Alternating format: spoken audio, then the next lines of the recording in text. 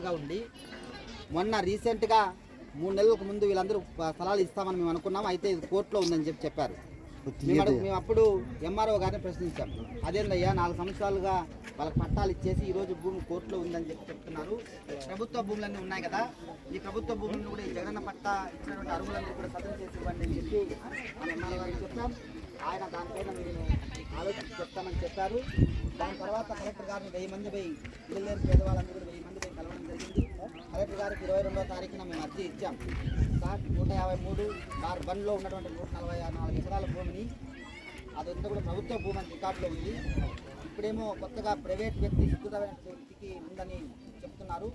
అసలు ఆయన భూమి ఎంత, ప్రభుత్వ భూమి ఎంత అని చెప్పి అడిగినప్పుడు క్లారిటీగా ఆయన భూమి 2 ఎకరాల 60 సెంట్లు సిద్ధుడమైనటువంటి వ్యక్తి. ఆయన 2 ఎకరాల 60 సెంట్లతో కూడా ఈ కొండ చుట్టూ కంచెలు వేసి ఇక్కడ రంగరాల కొట్టుకోవడానికి కూడా తరిమేసి ఈ భూమిని అంతా కూడా ఆయన స్వాధీనంలో పెట్టుకొని ఈ భూమిని కూడా ఎక్కడైతే స్వాహా చేసేసి పేదలకు దక్కకుండా చేస్తారనేటువంటి ఒక ఆలోచనతో ఇళ్ల స్థలాల పోరాట కమిటీ జనవరి 26వ తారీఖున ఈ స్థానానికి చేరుకోవడం జరిగింది. మీకున్నటువంటి ప్రతి పేదవాడు కూడా జగనన్న పట్టా పొందిన వాళ్ళు ఇదే ప్రాంతంలో ఉన్నటువంటి